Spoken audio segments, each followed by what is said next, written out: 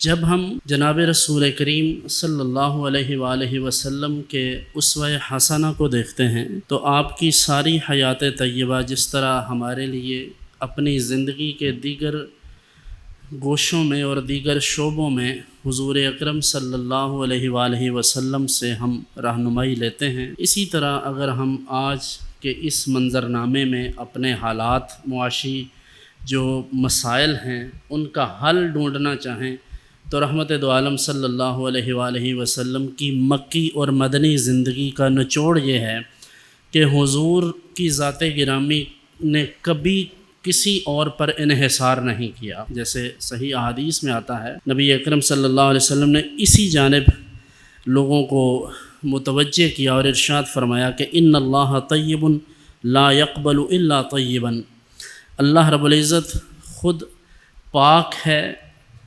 صاف ہے اور تمام برائیوں سے، عیوب سے، نقائص سے پاک و منزہ ہے، تو وہ پاک چیزوں کو ہی قبول فرماتا ہے۔ یعنی اللہ کی راہ میں اگر کوئی صدقہ و خیرات کرنا چاہے تو پاک اور صاف اور اچھی پسندیدہ چیز صدقہ کرے۔ اسی طرح حضرت عبداللہ ابن عمر رضی اللہ عنہ راوی ہیں کہ نبی اکرم صلی اللہ علیہ وآلہ وسلم نے ارشاد فرمایا کہ اگر یہ 4 باتیں تم سیکھ لو، یعنی ان پر عمل کر لو، تو پھر دنیا کے باقی معاملات تم سے رہ بھی جائیں، یعنی تمہیں دنیا کی کوئی مال و دولت اور کثیر اس کے وسائل اور اس طرح کی چیزیں، اثاثجات وغیرہ تمہارے ہاتھ نہ بھی لگیں، لیکن یہ 4 چیزیں تمہارے ہاتھ آ جائیں تو سمجھ لو تم کامیاب ہو اور تمہیں کوئی نقصان نہیں ہے۔ وہ 4 چیزیں کیا ہیں؟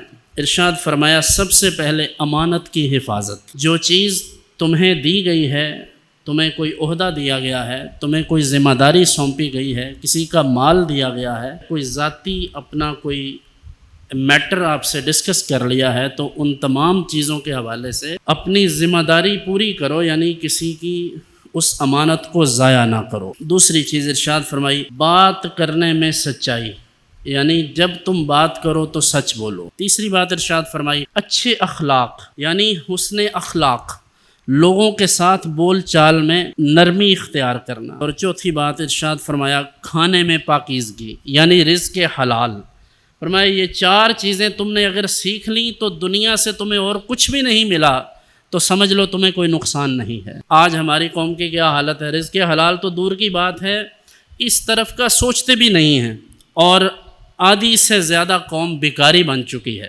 ابھی میں حرمین طیبین میں حاضر تھا تو آپ اندازہ کیجئے 4300 سم تھنگ، یعنی کوئی 4300 کچھ انہوں نے بیکاری پکڑے۔ شرمناک بات یہ ہے کہ ان 4300 میں سے 4000 بیکاری پاکستانی تھے۔ ہر بندے کا دل چاہتا ہے کہ میں بھیک مانگوں، کوئی مذہب کے نام پر، کوئی سیاست کے نام پر، کوئی اپنے گھر والوں کے نام پر، کوئی بچوں کو ساتھ لے کر کھڑا ہے، ہمہ وقت بھیک مانگ رہے ہیں۔ میرے عزیز، اسلام سب سے پہلے ہمیں اپنے اندر کی بھوک مٹانے کا حکم دیتا ہے، اور یہ کس طرح مٹتی ہے؟ جب آپ کا دھیان کام کی طرف ہوگا، آپ کی توجہ محنت کی طرف ہوگی، تو آپ کبھی بھی کسی کی جیب پر نظر نہیں رکھیں گے۔ اللہ کے نبی صلی اللہ علیہ وآلہ وسلم نے ارشاد فرمایا کہ کسی شخص کے لیے اس کی ہاتھ کی کمائی سے بہتر کوئی رزق نہیں ہے۔ یہ جو ریڑھی لگاتے ہیں، قربان جاؤں، میں اپنی کیفیت عرض کرتا ہوں، کبھی کبھار ریڑھی والوں سے، یہ ٹھیے والے جو ہوتے ہیں، میں ان سے انٹینشنلی چیز خریدتا ہوں، اس لیے کہ یہ وہ غریب لوگ ہیں جو کسی سے کچھ مانگتے نہیں، محنت کرتے ہیں، تو ہم شعوری طور پر ان سے چیز خریدتے ہیں کہ ان کو فائدہ ہو، اور ان کو فائدہ دینے کی کوشش بھی کرتے ہیں۔ اور نبی اکرم صلی اللہ علیہ وسلم نے ارشاد فرمایا، اسی حدیث کے تسلسل میں فرمایا،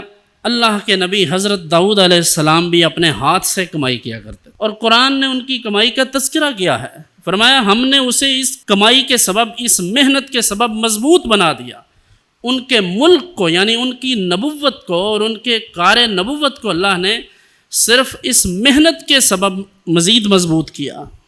اور آج ہم کیا ہیں؟ ہمارا دل چاہتا ہے کہ ہم فلاں بندے کے پاس گاڑی ہے، اس کی طرح کی گاڑی ہمارے پاس آ جائے، فلاں کے پاس ایسا مکان ہے، اس کی طرح کا مکان، اس کے پاس اتنی جائیداد ہے، میری بھی ایسی جائیداد ہو جائے۔ اسی چیز نے ہمارا بیڑا غرق کیا ہے۔ اور ادھر جناب رسالت میں آپ صلی اللہ علیہ وآلہ وسلم ابھی اپنے عہد شباب میں قدم رکھتے ہیں، تو حضور کی عمر مبارک ابھی 17 یا 18 برس ہوئی ہے، تو حضور نے تجارت کی غرض سے پہلا سفر فرمایا۔